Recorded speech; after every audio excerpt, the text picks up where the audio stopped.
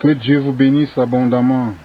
Cet enseignement du révérend L. Craig Martindale intitulé 1 Corinthiens chapitre 3 a été présenté et diffusé en anglais le 11 février 2023. En voici la traduction en langue française. Dieu vous bénisse, bonjour. C'est le 11 février, c'est samedi le 11 février 2023. C'est Craig Martindale vous parlant une fois de plus par la miséricorde et la grâce de Dieu depuis le sud du Kentucky. À vous tous qui êtes connectés et faites partie de cette aventure du reste que nous avons la plupart des samedis à travers l'année calendaire. Je suis très reconnaissant pour votre soutien, votre participation en termes de prière, de vos dons, de votre croyance, de votre considération de la parole magnifique de Dieu. Eh bien, si vous avez été avec nous la semaine dernière pour notre journée en supportant la saine doctrine, nous y avons certainement éprouvé notre endurance. Nous avons passé, je ne sais pas combien, c'était 4 ou 5 heures, je ne sais pas exactement combien, à travailler la profondeur de la parole en 3 sessions différentes. Et c'était certainement une joie et une bénédiction, et je crois une nécessité spirituelle dans le contexte de notre époque, dans le contexte de démanteler les œuvres du diable. Je crois que cela a eu l'impact Kratos, puissance avec impact, que le Père voulait. Je crois que cela a été cinétique, avec impact contre les royaumes des ténèbres.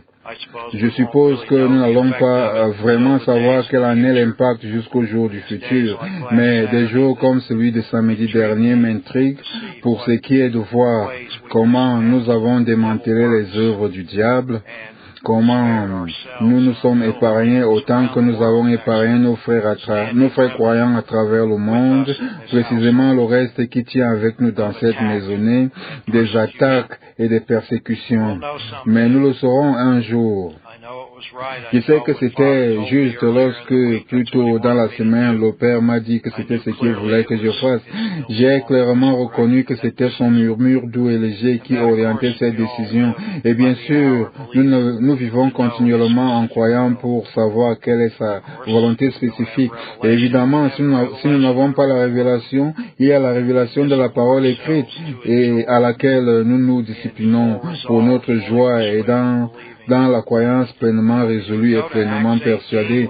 Allez en acte 18, nous allons commencer par un point que vous avez entendu, vous qui étiez avec moi samedi dernier ou qui avez écouté les enregistrements subséquents cette semaine passée. Nous nous rappelons que nous avons rencontré une note discordante que j'ai reconnue à partir du contexte lorsque nous travaillions sur la visite de Paul à Corinthe au moment où il a rencontré Aquila et Priscille, lorsqu'il fut absorbé, pressé et passionné dans la parole et, entre autres choses, eu la révélation de 1er et 2 Thessaloniciens. J'ai remarqué dans mon companion Bible que Bullinger dit que Paul a probablement écrit Hébreu en ce moment-là. Eh bien, ça c'est nouveau pour moi, je ne l'ai jamais vu. Je n'en suis pas sûr. Vous savez, c'est un travail d'imagination acquis sur une grande partie de la chronologie. Je sais que le docteur Wawol ressentait que Hébreu a été écrit à la fin du livre des Actes, et je crois que cela est toujours le plus probable, que c'est dans les derniers jours de la vie de Paul qu'il a eu cette grande révélation à adresser à Israël, qui sera spécialement utilisée dans la 6e administration, mais elle demeure toujours très bénéfique pour notre instruction de nos jours. En tout cas, je me suis rappelé de ces mots du Dr. Wawol, qu'il consulte toujours Bullinger. Je les ai toujours eus dans mon intelligence, mais quelquefois vous êtes pris de court parce que ce fut une inspiration d'aller en acte 18 pendant que j'enseignais 1 Corinthiens, chapitre 1 et 2. Ce fut une de ces pensées d'inspiration qui ont du sens. Et donc, je n'y avais pas beaucoup réfléchi au préalable en dehors de mes connaissances passées. Je n'avais donc pas consulté ces notes, ce qui nous aurait redressés.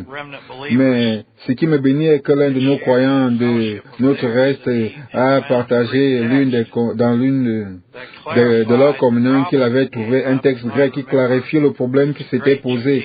Vous devez vous rappeler des grandes foules de Judéens et de pharisiens de pharisiens religieux qui attaquaient Paul et ses suivants. Et finalement, arrivé au verset 17, il est dit, Acte 18-17, alors tous les Grecs se saisissant de Sosthène, au chef de la synagogue, le bâtirent devant le tribunal, sans que Galion s'en mit en peine.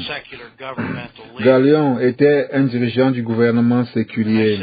J'ai dit que c'était quelque peu incongru, discordant, qu'on parle des Grecs, car c'étaient les Judéens, les religieux pharisiens, qui étaient tellement enragés contre la parole de la grâce que Paul enseignait.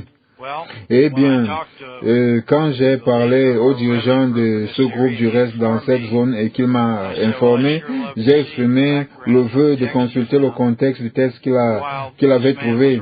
Et pendant que cette personne était en train de rechercher l'information, je me suis dit que je devrais consulter Bullinger pour voir s'il apporte des clarifications.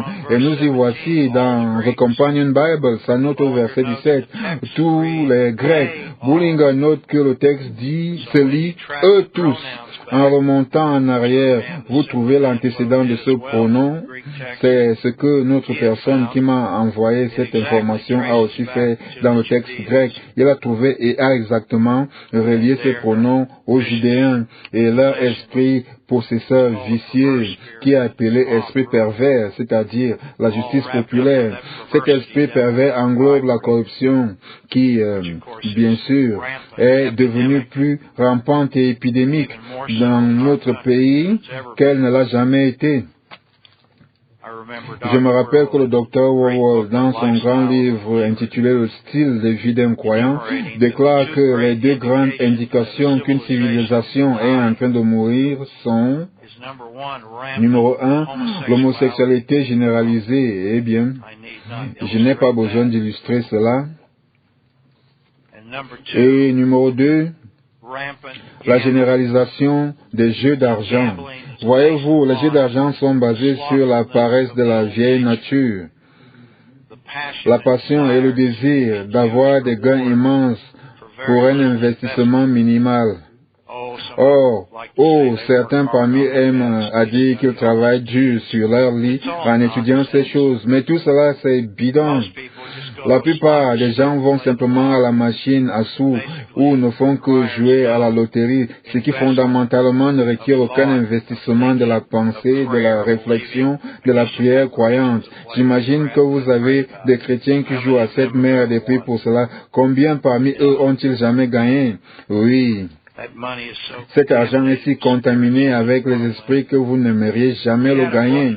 Nous avons eu un livre il y a des années qui était venu durant un cours avancé, un livre que quelqu'un avait fait, ce doit être il y a 20 ou 30 ans, quelqu'un avait fait un livre où il suivait la vie de ceux qui gagnaient à la loterie. Oh misère! Vous ne pouvez même pas imaginer les tragédies, les maladies, les accidents, les haines, les luttes et même les assassinats qui sont engendrés dans les familles de ceux qui gagnent à la loterie, entre guillemets. C'est infesté d'esprits diaboliques. Le domaine des esprits peut infester toutes choses dans le domaine des sens.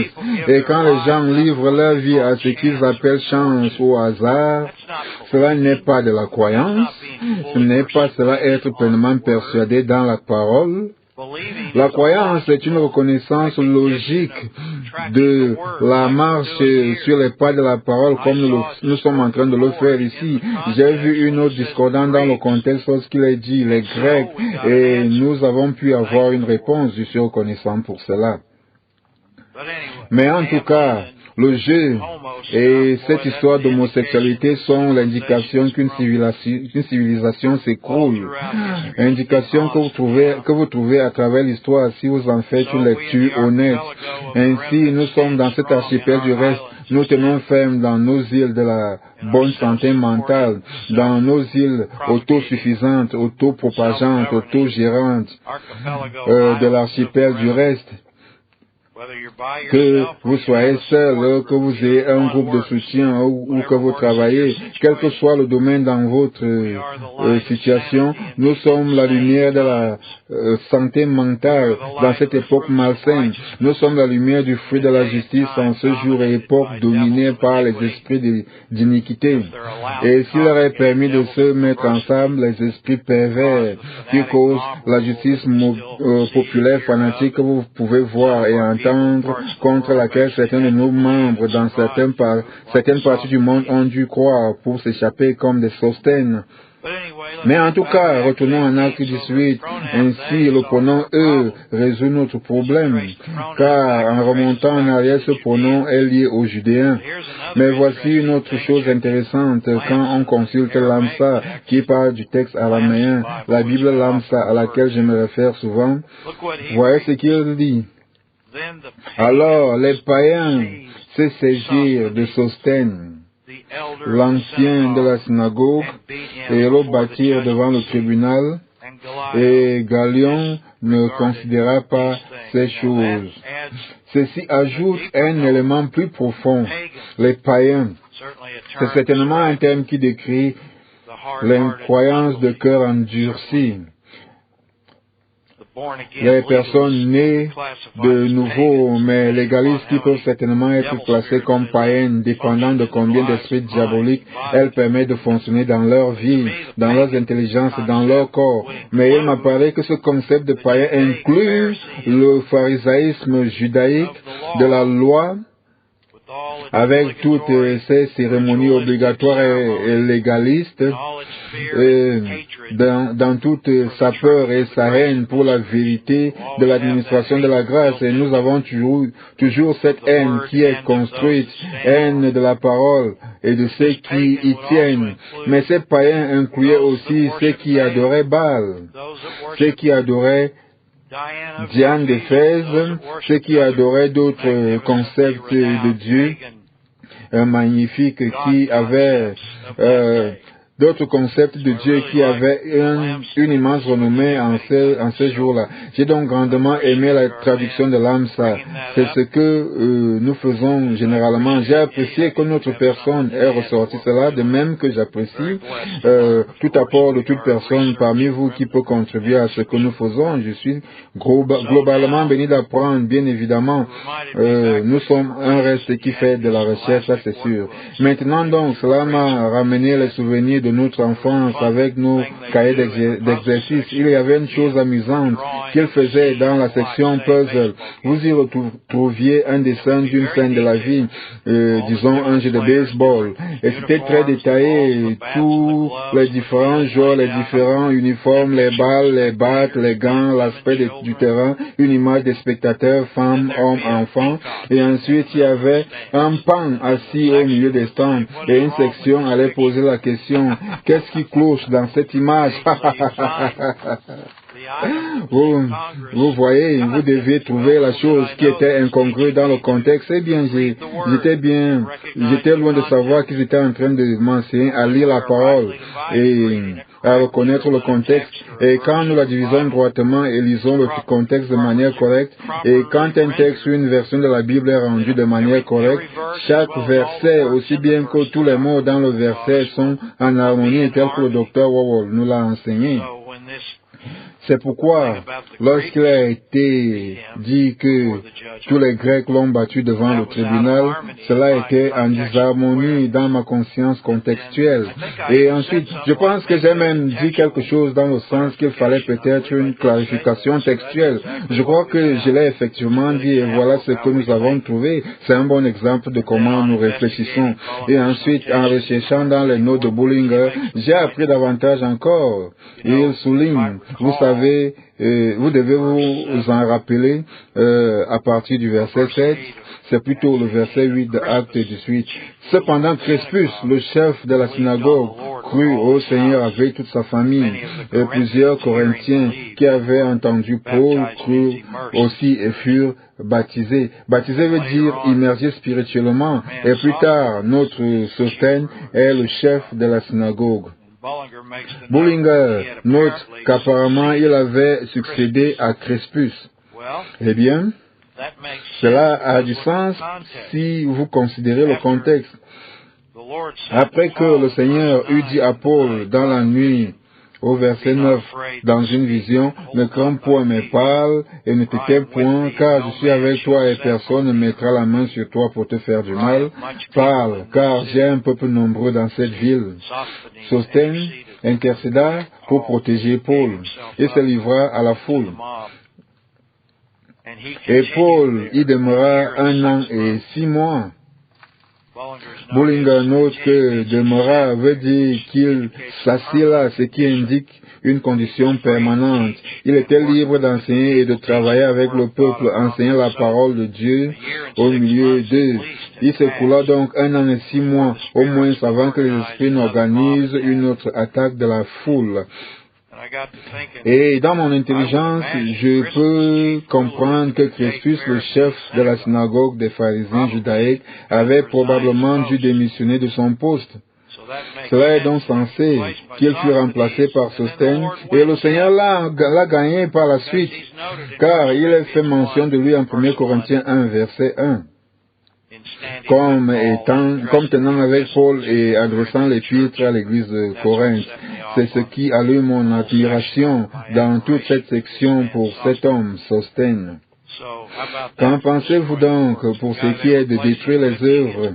Le gars avec lequel on a remplacé Crispus naquit de nouveau, fut rempli de l'esprit et peut-être même s'éleva spirituellement plus haut que Crispus le fit. Probablement Crispus avait dû être remplacé. Cela est logique, n'est-ce pas? Si un membre d'une église trinitaire décide qu'il n'y a qu'un Dieu, je doute qu'on le garde, pas vrai? Cela soulève un autre point intéressant. Les païens se saisir. N'est-ce pas intéressant? Vous voyez, vous avez des références à consulter. Quelquefois, ce sera une Bible ou une autre qui vous donne l'exactitude du mot que vous recherchez, mais nous les travaillons toutes avec notre texte fondamental de Louis II. Vous devez vous en souvenir, comme nous parcourions 1 Corinthiens 1 et 2, lorsque Paul dit au chapitre 2, verset 2, à cause de leur immaturité spirituelle, car je n'ai pas eu la pensée de savoir autre chose parmi vous que Jésus-Christ et Jésus-Christ crucifié. Cette logique va continuer comme nous atteignons les chapitres 3 et 4. Il n'avait pas démontré la maturité spirituelle appropriée pour qu'il puisse leur parler avec une excellence de langage ou de sagesse. Verset 1. Vous annoncez le témoignage, ce qui est mystérium, le mystère de Dieu. Nous avons continué et avons élaboré sur les profondeurs du mystère de Dieu qu'il avait déployé devant eux comme un objectif. Nous avons vu que s'ils mettaient leur vie pratique en alignement dans leurs pensées, dans leur comportement, leur marche en Christ, dans la priorité de leur prise de décision, dans la logique de l'intelligence renouvelée, alors ils pourraient commencer à leur révéler les choses profondes du mystère de Dieu. Paul était en train d'enseigner ce que nous connaissons maintenant comme Éphésiens, Philippiens et Colossiens, ce qui est bien sûr le sommet de la parole. Il a enseigné beaucoup de ces vérités des années avant qu'il n'ait finalement la révélation, avant que Dieu ne le fasse asseoir et ne lui donne cela comme un ensemble. Vous voyez, c'est comme cela que l'apprentissage se développe. Vous enseignez cette parole. Éphésiens dit que vous professez la vérité dans l'amour en croissant en lui. Des années d'enseignement de ceci m'ont ensuite amené à être capable d'écrire tant de choses de manière cohérente. avec une grande adhésivité, avec une grande logique et versatilité, des années d'enseignement et d'écriture. Vous savez, des petits articles comme généralement les articles de Rouen Magazine que j'écrivais ont développé mon habileté, non seulement d'écrire, mais de comprendre le sujet dans le contexte, en sorte que j'avais la liberté de l'exprimer par écrit. Ceci ne se produit pas d'un coup, ceci ne se produit pas en quelques années, cela se produit après un long apprentissage qui consiste à vivre cette parole en doctrine et en pratique, à passer par des pièges et des trébuchements, à déceler vos erreurs, peut-être et celles d'autres personnes, s'arracher ensuite pour résoudre des contradictions apparentes et les mettre finalement par écrit. Et une fois que vous les avez mis par écrit, vous voulez que ce soit aussi parfait que vous en êtes capable, afin que cela résiste à l'épreuve de votre temps et d'autres temps et saisons si le Seigneur tarde. Mais plus loin, derrière en acte 11, juste quelques mois après la nouvelle naissance de Paul, il est dit, Barnabas se rendit ensuite à Tars pour chercher Paul. Barnabas alla et trouva Paul. Verset 26, et l'ayant trouvé, il l'amena à Antioche. Pendant toute une année, ils se réunirent aux assemblées de l'église ecclésiale et ils enseignèrent beaucoup de personnes. Ce fut à Antioche que pour la première fois, les disciples furent appelés chrétiens. Le docteur Wall nous a enseigné il y a des années la raison pour laquelle ils furent appelés chrétiens. C'est qui était un terme moqueur. Et c'est ce que l'adversaire fait. Il hait tellement la parole et les personnes qu'il aime qu'il vient toujours avec une terminologie méprisante pour se référer au peuple de Dieu, aux gens de Dieu. C'est comme dans le passé, lorsque tous nos enfants allaient dans les écoles locales, on les appelait wafers, vous savez, des termes méprisants. Mais la raison pour laquelle ils furent appelés chrétiens était parce que Paul enseignait et les gens vivaient, témoignaient et se convertissaient et étaient émerveillés par le concept de Christ en vous, l'espérance de la gloire. Eh bien, cela n'était pas écrit, cela ne fut pas écrit avant Colossiens en 64 après Jésus-Christ, probablement 20 à 25 années plus tard. Je ne fais qu'en donner une approximation. Je n'y vais pas maintenant. Voyons, je pense que Acte 10 c'était en 44 après Jésus-Christ. Oui, c'est une date repère, ou 45, 50. Ok, ça ne devait pas être ce nombre d'années. Disons que c'était entre 15 à 20 ans plus tard qu'il eut la révélation de Colossiens. Mais il connaissait cette vérité et l'enseignait déjà tout le long ici à Antioche. Et il ne pouvait cependant pas le dévoiler à Corinthe. Il en avait la capacité, il était capable de l'enseigner de manière orale, même comme elle n'avait pas encore été écrite, mais il devait s'abstenir de l'excellence de langage et de sagesse en annonçant le mystère. Le jour suivant, dimanche, après que j'ai enseigné toutes ces choses au sujet de Paul, se disciplinant lui-même en sorte de ne traiter que de la signification du sacrifice de la Pâque et de la mort sur le bois, il n'était pas encore capable d'aller plus loin sur le jour de la Pentecôte et le grand mystère révélé dans la profondeur. Vous savez, ils étaient nés de nouveau, les fondamentaux leur avaient été enseignés. Nous allons lire plus tard qu'il leur avait donné du lait, mais il ne pouvait leur donner de la nourriture solide. Il ne pouvait pas aller dans les choses profondes cachées de la richesse du grand mystère. Mais en tout cas, le jour suivant, j'étais en train de zapper ma télé, j'aime bien jeter un coup d'œil aux prédicateurs, je n'arrive pas souvent à les supporter en paix qu'une minute, qu'une minute ou deux, et 1 minute et demie, et je tombe alors sur cette église faisant sa publicité quelque part autour de Lexington, au Kentucky. Sur une grosse plaque à la devanture de cette église première église est à Tampion, vous avez le nom du pasteur tout en majuscule, puis nous prêchons Jésus-Christ crucifié. C'était une citation sur un côté. Nous prêchons Jésus-Christ crucifié. J'ai regardé cela. Vous parlez d'une approbation appropriée de ce que nous avions couvert, où Paul avait eu assez discipliné de ne pas parler du mystère, pour ne parler que de Jésus-Christ crucifié. Je me suis dit que je devais lui faire une autre plaque qui dit, en d'autres termes, nous n'enseignons pas le grand mystère révélé, nous ne le connaissons pas, on s'en fiche, mais venez entrer. Cela m'a fait avoir un gros rire. Notre Père Céleste a le sens de l'humour, n'est-ce pas? Ok, je crois que nous avons relevé quelques points de la semaine dernière. Allons au chapitre 3. Pour moi, frère, nous allons travailler tous les Corinthiens durant les semaines à venir. C'est une grande promesse. C'est beaucoup de pression sur nous, mais maintenant je suis en quelque sorte dans le dévoilement chronologique expositoire de ces quelques premiers chapitres. Je ne fais que les prendre semaine après semaine, comme nous le faisons tous en croyant Dieu pour le meilleur. J'aimerais voir si nous pouvons couvrir les chapitres 3 et 4 et voir comment cela évolue, car il donne une merveilleuse fondation à ces épîtres de réprimande qui corrigent l'erreur pratique. Pour moi, frère, c'est encore un rappel aimant. Vous voyez, il peut se passer que certains parmi les moyens, vous savez, il peut y avoir quelques personnes promptes à se sentir offensées et se sentir insultées en dépit de combien gentil vous vous efforcez d'être. Et à un moment, vous devez juste y aller carrément et déclarer la vérité qui coupe à travers la logique idiote de leur et les laisser s'énerver. Je ne puis contrôler leurs intelligences, mais il les appelle effectivement frères. Une fois encore, ce qui fait une merveilleuse division en chapitres, et ils peuvent se sentir insultés qui continuent de leur dire ce qu'ils ne peuvent pas leur dire, mais c'est la vérité. Peut-être que c'est ce qu'il faut pour les réveiller.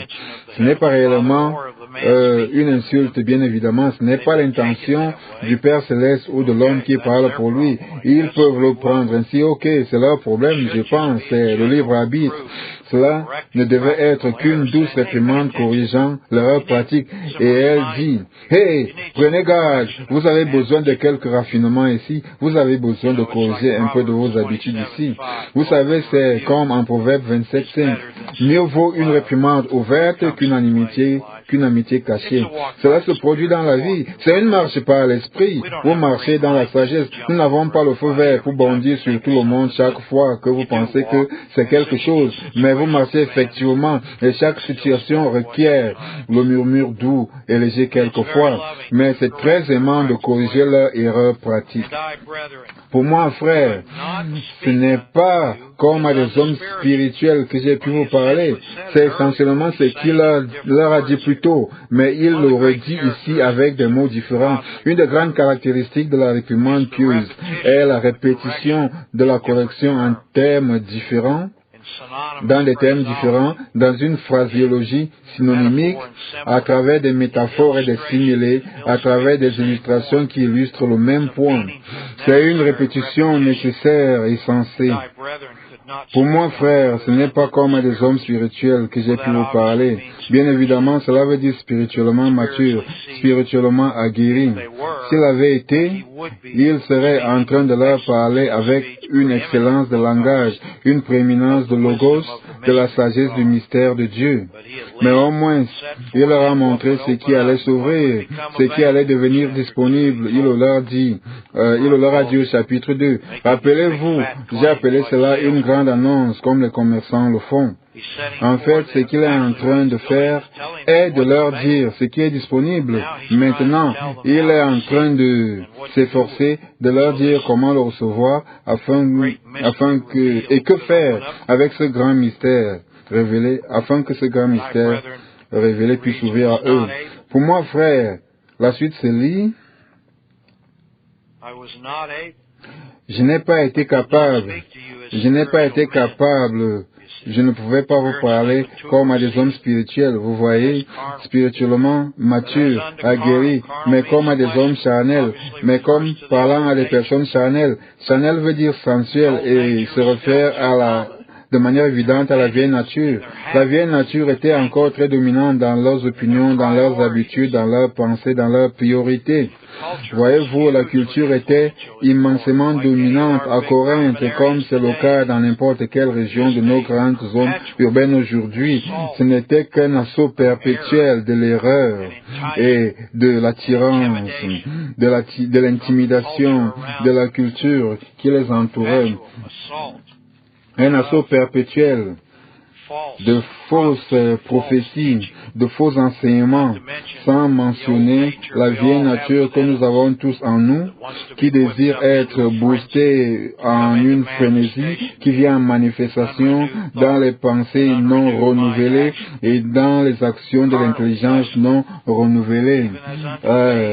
Des hommes charnels, sensuels, comme à des enfants, c'est-à-dire bébés en Christ. Quelle grande illustration, quelle grande métaphore. Il est évident qu'un bébé ne peut pas prendre soin de lui-même. L'on doit lui assurer tous ses besoins, comme nous le savons. Il n'a pas grandi pour être assez aguerri, assez mature pour s'occuper de ses propres besoins fondamentaux jusqu'à ce qu'il soit sévré. Dans la culture biblique, sévré ne veut pas seulement dire ne plus téter, cela fondamentalement aller jusqu'à, vous savez, un âge de 8 à 10 ans pour un enfant essentiellement dans leur culture. Pour qu'un enfant essentiellement dans leur culture puisse s'occuper de ses propres besoins quotidiens, toujours sous la supervision et le soin de ses parents, ses gardes. Mais c'est vrai, c'est quand Samuel fut amené au temple pour travailler sous Élie. C'était quand il avait entre 8 et 10 ans d'âge, car il était un jeune homme qui avait fait preuve de maturité et pouvait s'occuper de lui-même. Il le pouvait suffisamment pour être confié à Élie pour commencer à apprendre la parole. Je vous ai donné du lait, vous voyez. Le grand passage en Hébreux 5 est merveilleux ici, lequel est une révélation adressée à Israël après le rassemblement. C'est là qu'il aura sa pleine application. Mais cela a évidemment de grandes vérités, car c'est une présentation de l'administration de la grâce à la nation d'Israël, à la 6e administration. Et la 6e administration inclut un amalgame mystérieux du grand mystère révélé avec les responsabilités qu'Israël a encore à accomplir en tant que ceux qui sont appelés parmi les brebis perdues. Nous ne pouvons qu'en avoir une appréciation approximative à partir de ces titres. Mais rappelez-vous, Hébreux, Jacques, 1er et 2e Pierre, 1er, 2e et 3e Jean, Jude, Apocalypse, voilà 6 unités de révélation en combinaison avec les 4 évangiles qui sont adressés à l'Église d'Israël, l'Ecclésia d'Israël, par le corps d'Israël. Il y a 10 révélations, bien, 10, et en parallèle et transcende les 10 commandements qui représentent la loi mosaïque entière, en commençant par Exode où ils furent enregistrés et donnés. Ainsi donc, les 10 révélations aux brebis perdues de la maison d'Israël, l'Église d'Israël, ne seront effectives qu'après le rassemblement. Il n'y a aucune Israël organisée qui soit vivante et fonctionnelle aujourd'hui, malgré ce que tous ces gens dans ce pays qu'on appelle Israël veulent nous faire croire. Ils ne font que continuer à nous sucer nos dollars. Des milliards et des milliards et des milliards de chrétiens idiots pensent que nous devons soutenir ce qu'on appelle Israël aujourd'hui. Que non, cela est dirigé par un paquet de contrefacteurs qui se font appeler juifs. Les véritables Israélites n'étaient pas des juifs. Juifs. Le mot juif est une abréviation de judéen. Le mot juif dans la Bible, Louis II, est une erreur de traduction. C'est le français de Louis II. Partout où je vois le mot juif, je le barre. Eh bien, pas partout. Quand cela se réfère aux gens actuels, je ne le fais pas. Mais pour ce qui est de la recherche biblique, vous devez avoir vos pensées claires en cela. Sinon, vous allez vous embrouiller dans les administrations et vous serez en train de vivre dans une confusion que vous ignorez. Vous voyez. Le docteur Wawol a traité de ce sujet dans divers endroits dans son grand livre Jésus-Christ, notre Pâques. Je veux dire qu'il y a une merveilleuse annexe de 5 ou 6 pages sur Jew and Judean, juif et judéen. Vous devez avoir une compréhension claire de cela, ou alors vous êtes dans la confusion totale. Ce qui met toute dénomination dans un immense chaos doctrinalement, s'ils croient que ceux qui se font appeler juifs sont des descendants directs du peuple de Dieu dans la Bible. Ils ne le sont pas. Ils peuvent avoir adapté un concept religieux à bâtardi appelé pharisaïsme. Ils peuvent l'avoir adapté peu ou prou, un peu ici, un fragment là-bas, vous avez les fanatiques et vous avez ceux qui ne sont pas si fanatiques, mais ils ne sont pas des descendants directs de la lignée de sang des 12 tribus d'Israël. Et toute personne avec la moitié d'un cerveau dans le domaine de la recherche le sait. Même les grands dirigeants juifs, même les grands rabbins juifs le savent. Mais bien sûr qu'ils ne sont pas foutus de l'enseigner. Sinon, la source d'argent venant des chrétiens et Dieu qui pense que nous devons soutenir ces gens va tarir. Maintenant, si soutenir ce groupe de gens dans cette partie du monde contribue d'une certaine manière à la prospérité des États-Unis d'Amérique, alors il n'y a aucune raison il y a une raison de le faire, mais pas parce que les gens pensent qu'ils sont le peuple de Dieu. Ils ne le sont pas. Comme je le dis souvent, ils ne le sont pas plus que les Apaches. Vous voyez? Ou les Chinois. Vous voyez? Il y a 3 groupes de personnes dans la Bible. Les Judéens, la descendance du sang des 12 tribus, les païens qui sont toutes les nations au-delà des 12 tribus de la lignée de sang, et l'Église de Dieu née de nouveau. Une fois que vous êtes né de nouveau, vous êtes élevé au-dessus de toute cette histoire. Et vous pouvez réclamer les promesses adressées à Israël, à la véritable Israël en tant que véritable Israël spirituel. Eh bien, s'il faut que je parle des choses comme celle-là, nous n'allons pas couvrir beaucoup les chapitres 3 et 4 pour sûr. Hébreux 5, verset 12. Vous, en effet, qui depuis longtemps deviez être des maîtres. Maintenant, ceci s'adresse spécifiquement à Israël après le rassemblement, laquelle Israël est suspendu en ce moment, un autre moment de feinte. Une telle organisation n'existe pas.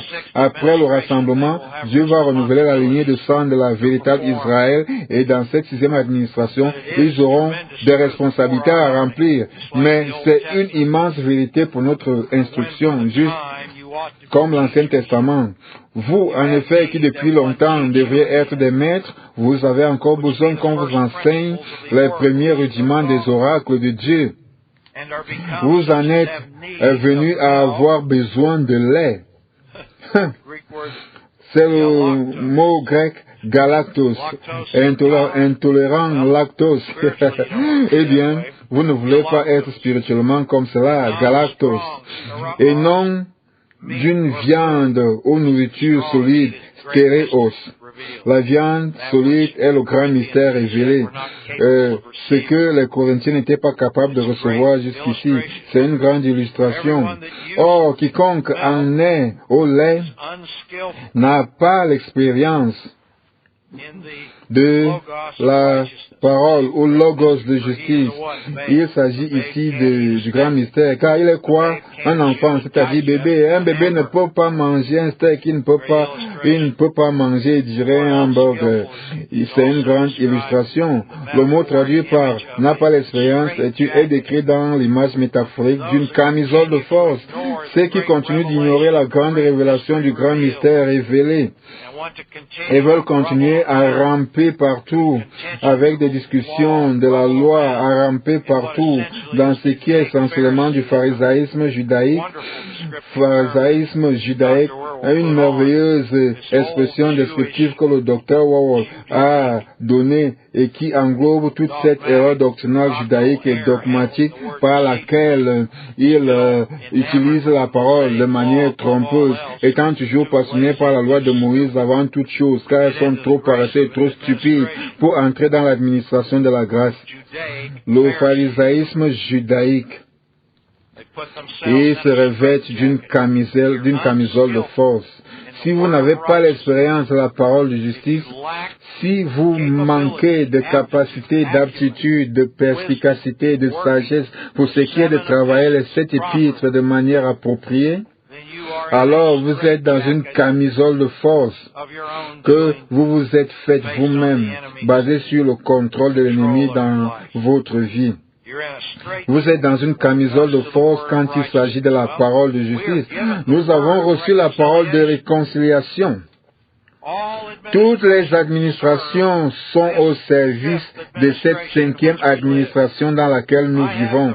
J'ai le droit en tant que fils de Dieu. Il en va de même pour vous si vous vous élevez au niveau de la discipline requise et remplissez les conditions. Vous n'avez pas seulement le droit, vous avez la capacité inhérente pour diviser droitement la parole de justice, et vous avez le droit, tout comme moi, comme je suis en train de vous le montrer, de puiser dans toute administration en dehors de la nôtre pour illustrer le grand mystère révélé. C'est cela la grandeur de la parole. C'est cela le sommet de la révélation, le summum, l'apogée, le point le plus haut, le pinacle de la révélation. J'ai tout le droit de rentrer au paradis avant la chute de l'homme, à l'administration patriarcale depuis la chute d'Adam et Ève et tout le long jusqu'à la loi donnée à Moïse, l'administration de la loi qui est immense, tout le long jusqu'à Malachie, l'administration des évangiles qui a accompli la loi, mais qui est une administration propre à cause de la présence personnelle du roi appelant Israël. Matthieu, Marc, Luc et Jean, j'ai tous les droits en accord avec ma capacité, ma discipline, mon amour, d'utiliser toute vérité dans ces 4 administrations qui précèdent pour illustrer la grandeur de notre jour et époque à la lumière des 7 épîtres de Paul. De la même manière, j'ai le droit d'aller aux révélations pour le futur, les révélations de la 6e administration, exactement comme je suis en train de le faire, ici pour illustrer notre propre jour et époque, tout autant que la 7e administration qui n'est que fleurée à grand et large trait à la fin du livre d'Apocalypse. La 7e administration est toute une expérience en elle-même, mais au moins dans son anticipation, que je sais être une restauration du paradis, je peux logiquement conclure beaucoup de choses du meilleur que je puisse au sujet de la 7e administration et avec ses joies et ses privilèges. Parce que elle va s'aligner avec les jours d'Adam et Ève avant la chute. Et il y a beaucoup à dire dans ces détails à propos de cela. Et bien sûr, vous pouvez glaner des choses au sujet de la 7e administration qui est la 3e, qui est le 3e ciel et terre. 3e ciel et terre. 3 est la plénitude divine. 7e administration, perfection spirituelle. Vous allez garder cela de manière distincte dans vos pensées. Au premier ciel et terre, Dieu créa le ciel et la terre. Les 2e ciel et terre commencèrent lorsque la terre devint informe et vide, quand Lucifer la saccagea et la ruina. Le 2e ciel et terre sont ceux dans quoi nous vivons maintenant, et cela va être ainsi jusqu'à la fin de la 6e administration et le jugement dernier du trône blanc. Ensuite, toutes les choses seront prêtes une fois que l'adversaire est précipité dans le lac de feu, et le dernier ennemi qui sera détruit est la mort. Alors commencera la 7e qui est le 3e ciel et terre. Il y aura de nouvelles constellations flambant neuf au ciel. Je suis sûr que l'une des choses qui se passera sera que le grand vide au nord du planisphère, qui représente le vide dans la révélation qui cachait le mystère, cela sera chargé de glorieuses et magnifiques constellations interprétatives exposant le grand mystère révélé de manière exubérante, des constellations que nous n'avons jamais vues, car elles ne sont pas là.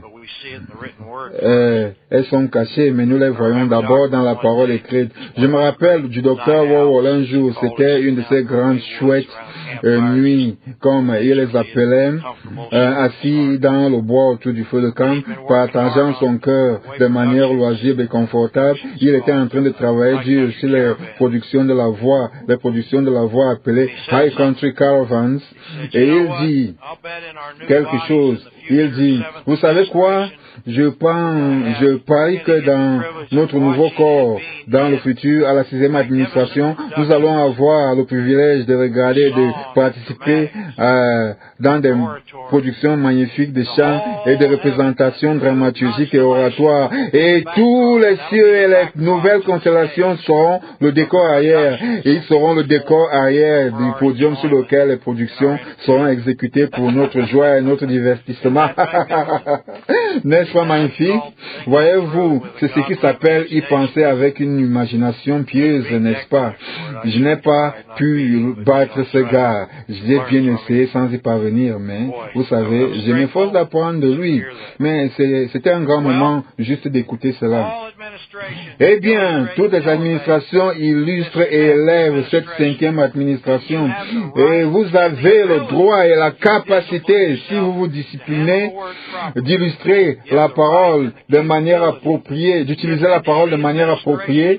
Vous avez le droit et la capacité de plonger dans l'administration dans laquelle l'inspiration vous vient de plonger pour illustrer la grandeur de ce que nous avons aujourd'hui avec Christ en nous, l'espérance de la gloire.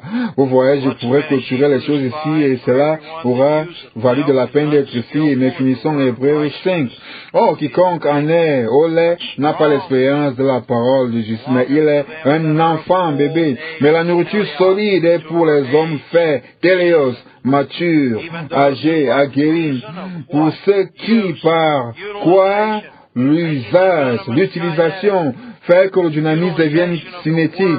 L'utilisation de la parole, l'appliquer dans vos prises de décision, l'appliquer dans la définition de vos priorités, l'appliquer dans votre éthique en affaires, dans votre éthique familiale, dans votre éthique financière, dans vos objectifs éducationnels. La parole habitant abondamment en vous.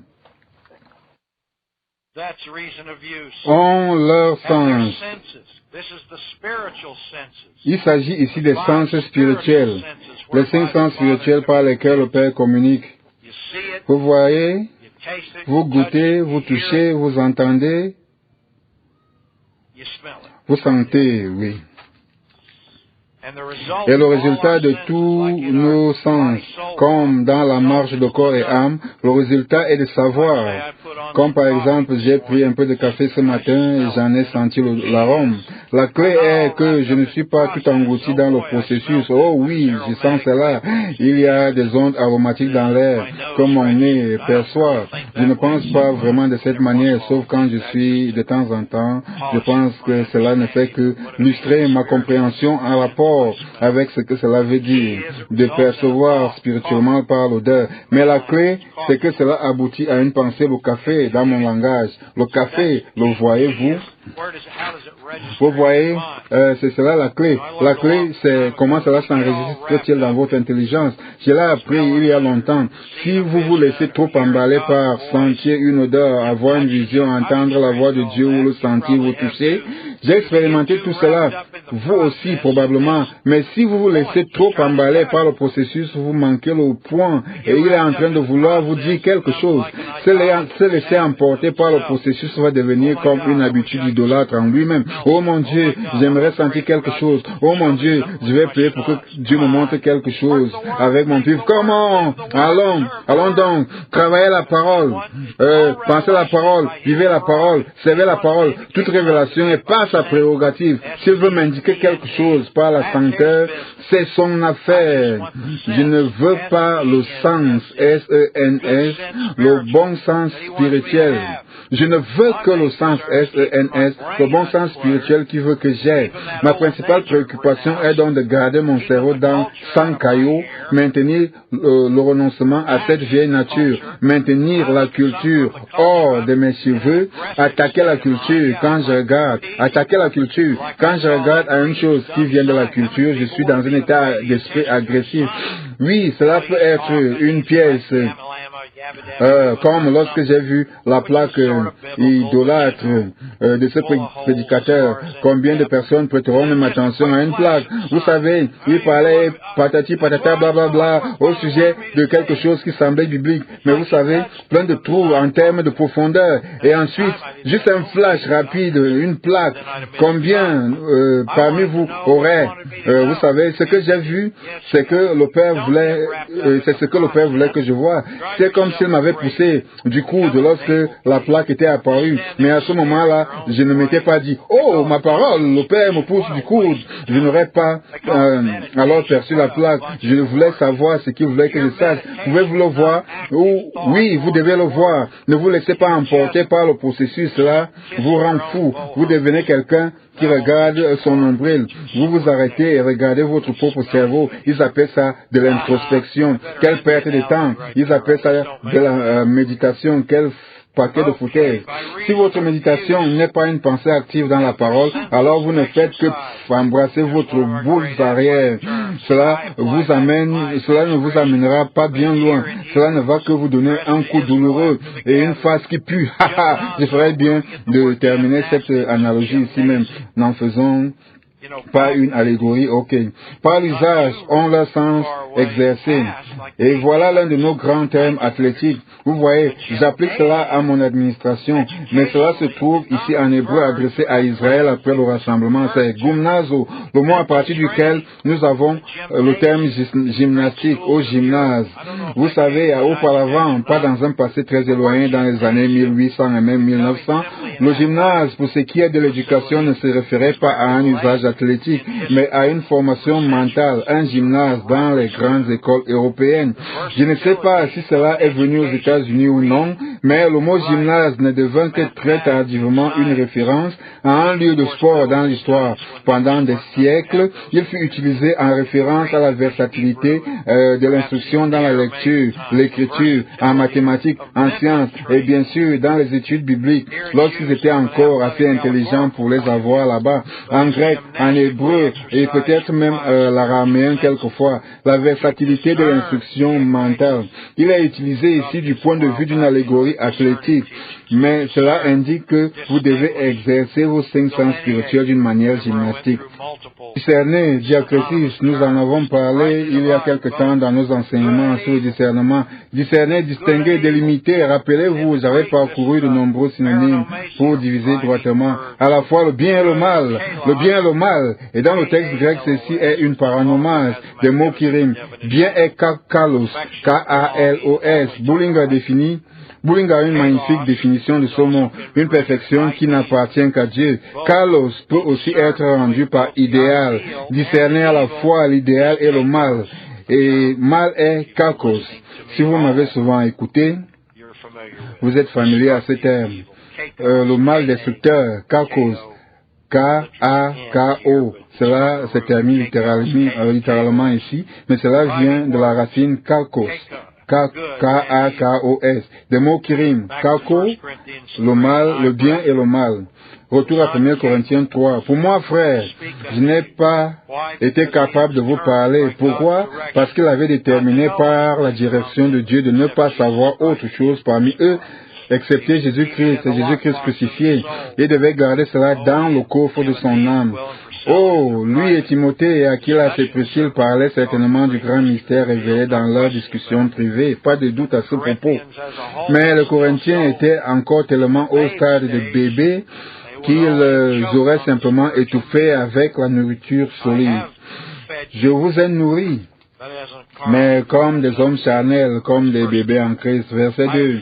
Je vous ai donné du lait et non de la nourriture solide, c'est-à-dire la viande, car vous ne pouviez pas la supporter et vous ne pouvez pas même maintenant. Je me rappelle de ma première année dans le corps de la voix. Il y a des années de cela, il y avait eu une première promotion de 9 hommes et femmes. Nous étions 19 à la deuxième promotion et la révélation ouvrait la porte à de grandes et grosses rencontres que le docteur Warhol se préparait à faire dans les auditoriums majeurs à travers le monde. à travers le pays aux USA, des USA, d'est en est. Je me rappelle qu'il y a eu une à Toledo. Plus tard, lorsque j'ai eu à vivre durant des années à Toledo, je m'en suis rappelé un jour en passant à côté de cet auditorium et l'idée me frappa. C'est ici que nous avons tenu cette grande rencontre incroyable. Je n'y avais pas pensé. Je n'y avais pas pensé, quoique ayant été là durant quelques années, c'était à côté d'un arrêt bus au centre-ville où j'allais toujours emprunter un autre bus pour aller en direction de mon boulot à UPS. Mais en tout cas, beaucoup de choses tournaient. Et une chose qu'il nous dit fut, ceci peut devenir grand. Sa croyance était toujours de s'attendre à des milliers et à des milliers encore. Bien sûr qu'il avait tenu des rencontres comme celle-là en Inde lorsque vous lisez la narration dans le livre de Madame Wawol. Il tenait des rencontres avec des milliers de personnes qui venaient ici et enseignaient. J'ai eu le privilège d'enseigner lors d'une rencontre plus grande que tout ce que j'avais jamais imaginé dans la vie. C'était à Kinshasa. Le pays était alors appelé Zaïre, la République du Congo, où nous avons des croyants du reste qui tiennent avec nous. J'avais donné un enseignement dans leur grand stade de football là-bas, 45 à 50 000 personnes. La température devait être à plus de 45 degrés Celsius ce jour-là, 43 degrés Celsius ce jour-là. Ce fut une expérience incroyable. Bien sûr que j'ai enseigné en anglais et la seule langue dans laquelle je peux enseigner. J'étais particulièrement non éduqué au milieu de ces gens. La plupart de ces gens pouvaient parler 4 ou 5 langues. J'étais cet idiot d'Américain qui ne pouvait parler que l'anglais, mais il me supportait il me supportait, que leur cœur soit béni. Nous y avons été durant 2 semaines. Nous avons tenu des rencontres à travers toute cette grande ville. Nous avons fait toutes sortes de rencontres. C'était une expérience incroyable. Mais cette grande rencontre, 40 à 45 000 personnes entassées. Et j'enseignais une phrase. Prenez vos Bibles et allez en 1 Corinthiens 3. Je faisais une pause et ensuite Tom Nob, ce grand traducteur en français, le disait en français, car eux tous comprenaient très bien le français. Et bien sûr, beaucoup parmi eux comprenaient l'anglais et tous parlaient aussi d'autres dialectes de certaines de leurs sous-cultures et tribus et des choses de ce genre dans leur groupe ethnique. C'était épatant, c'était une expérience épatante. Mais comment sortir de là? Je ne sais pas. Des milliers de personnes. Je suis en train de parler de la réprimande. Donc le docteur Wawol était en train de planifier toutes ces grandes rencontres qu'il s'apprêtait à faire et sa croyance était si grande. Il préparait son intelligence pour des milliers et des milliers de personnes qui allaient arriver au ministère de la Voix. Vous savez, comme vous le voyez à la télé avec ces grandes croisades de Billy Graham, il était convaincu que ce qu'il enseignait était plus exact et plus rémunérateur que ce que toute autre personne enseignait et il se préparait à cela. Il était donc de manière spéciale en train de se préparer pour une rencontre dans la zone de San Francisco où nous avions eu de grands succès de cours qui étaient tenus et de centaines de personnes qui étaient délivrées. C'était là qu'il introduisit son ministère de la parole dans la culture hippie entière. Et eu certaines parmi les délivrances les plus incroyables de gens qui étaient dépendants de l'héroïne totalement guéris après un cours de 3 semaines. Pas de symptômes dus à un sévrage brutal, pas de tremblement, pas de nausées, pas de maladie, pas besoin de rejoindre quelques programmes en 12 étapes. Vous savez, ils furent débarrassés de ces choses, délivrés lorsqu'ils parlaient en langue. Certains parmi eux furent même délivrés avant de parler en langue. Ils sortirent complètement guéris de cette histoire. Ils sortirent complètement de cette histoire. S'ils sont demeurés fidèles, je sais que certains l'ont été, d'autres non. Et s'ils sont restés fidèles, ils n'y sont plus jamais retombés. Ils étaient donc excités et nous l'étions aussi. Pourquoi des milliers de personnes ne réagiraient pas? C'était la plus grande chose au monde, ce ministère que nous avions. Cela ne se passa pas exactement de cette manière, mais j'ai beaucoup appris de cela. Ils s'étaient préparés à l'incroyance, à la dureté, le choquèrent en quelque sorte. Nous gagnons effectivement quelques personnes, pas de doute en cela. Il gagnait plusieurs centaines, mais cela ne se rapprochait pas de ce à quoi il s'était préparé mentalement. Eh bien, il avait déjà eu à expérimenter cela auparavant, mais il avait un tel respect pour ce qu'il connaissait, ce qu'il enseignait. Il s'attendait à ce que des milliers réagissent. Et rien de mal à cela, c'est ce que le Père aurait voulu. Je suis finalement en train d'atteindre le point de mon histoire, au cas où vous posez la question. Je suis au 2e corps, donc. Et il nous a fait une déclaration. Dans ce processus, il dit, je pourrais simplement continuer et graduer le premier cours et les envoyer sur le terrain pour superviser toutes ces personnes dont nous allons avoir à nous occuper. Bien sûr, vous savez, cela ne faisait que quelques mois que notre formation dans le deuxième corps avait commencé. Évidemment, nous apprécions et respections nos premiers corps. Nous les aimions et avions appris d'eux. Ils assuraient tellement de fonctions au quartier général à ce moment-là. Eh bien, ok. Il dit donc que vous, deuxième corps, soyez prêts. Vous pourriez avoir gardé le fort. C'est loin avant que vous n'y soyez véritablement prêts, mais cela peut arriver. Il alla donc en Californie pour d'autres préparatifs. Il revint et nous dit, eh bien, vous vous rappelez que je vous ai dit que le Père m'a dit que je pourrais vous avoir envoyé le premier corps sur le terrain. Eh bien, je priais dans mon bureau hier et il m'a soufflé, si tu envoies le premier corps sur le terrain, le deuxième ne sera pas à la hauteur. Oui. Wow. Vous voyez? J'aurais pu le ressentir comme une insulte, mais je restais humble. Bien sûr que j'avais beaucoup de confiance en moi-même, comme les autres dans ma promotion, mais c'était la révélation et je n'avais aucun problème à l'accepter, comme c'était le cas avec les Corinthiens qui avaient le cœur pour apprendre lorsqu'il a dit, hé les gars, vous êtes encore charnels, hé les gars, vous n'avez encore besoin que de lait. Certains l'acceptaient, d'autres se mettaient en colère, voulaient en faire un problème, voulaient montrer de l'orgueil. Vous rappelez-vous du grand proverbe qui parle du fer qui aiguise le fer? Ah oui, waouh!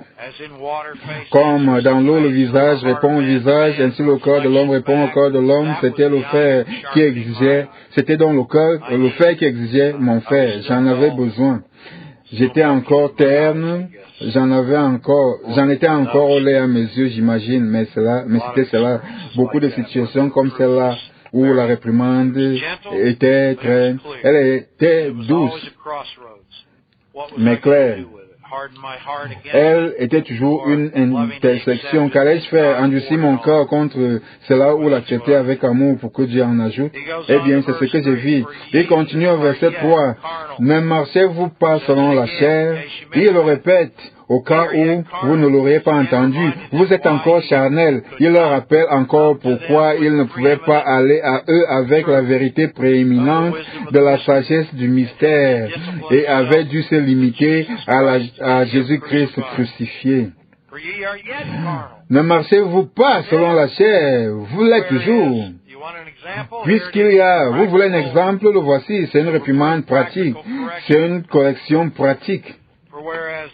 Puisqu'il y a parmi vous, maintenant, arrêtez-vous là, vous se réfère aux membres de l'église de Corinthe, vous se réfère à ceux qui sont sanctifiés, appelés saints en Christ Jésus, vous vous en rappelez? Et en essence, ils font partie de cette affaire, ils veulent en faire partie, ils sont dans cette maisonnée authentique. Puisqu'il y a parmi vous de la jalousie, et émulation. Jalousie est littéralement le mot émulation, ce qui est aussi le terme qui décrit un esprit diabolique appelé esprit d'émulation, comme le docteur Wawal nous l'a enseigné. Ce qui veut dire rivalité ambitieuse. Rivalité ambitieuse. Il y a toujours cette ambition dans le cœur de certaines personnes que vous ne voyez habituellement que dans la durée.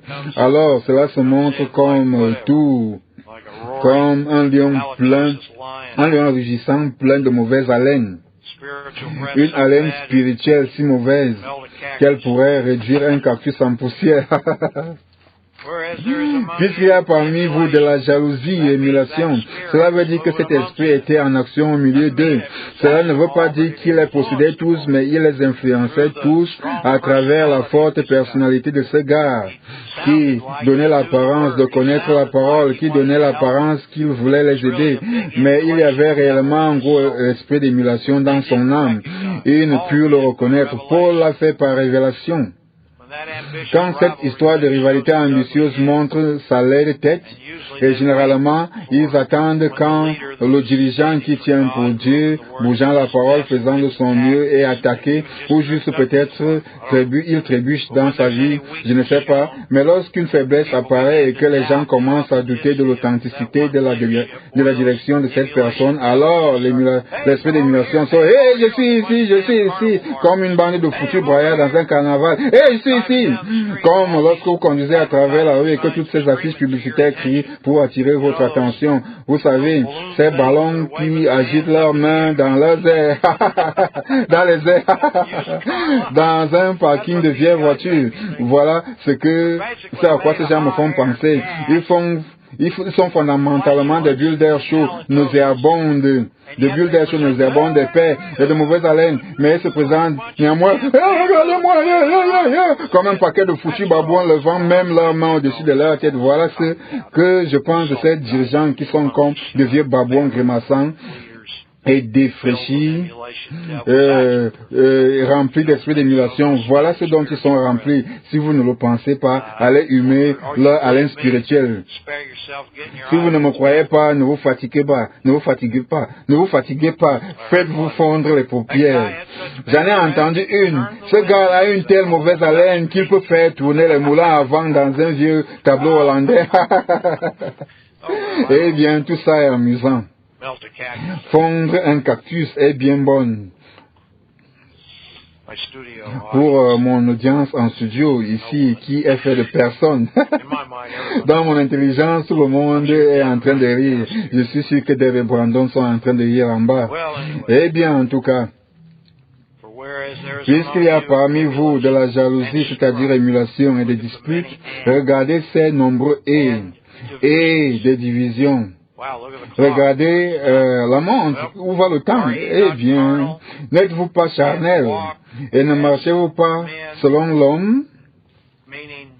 C'est dans le sens péjoratif du point de vue des sens.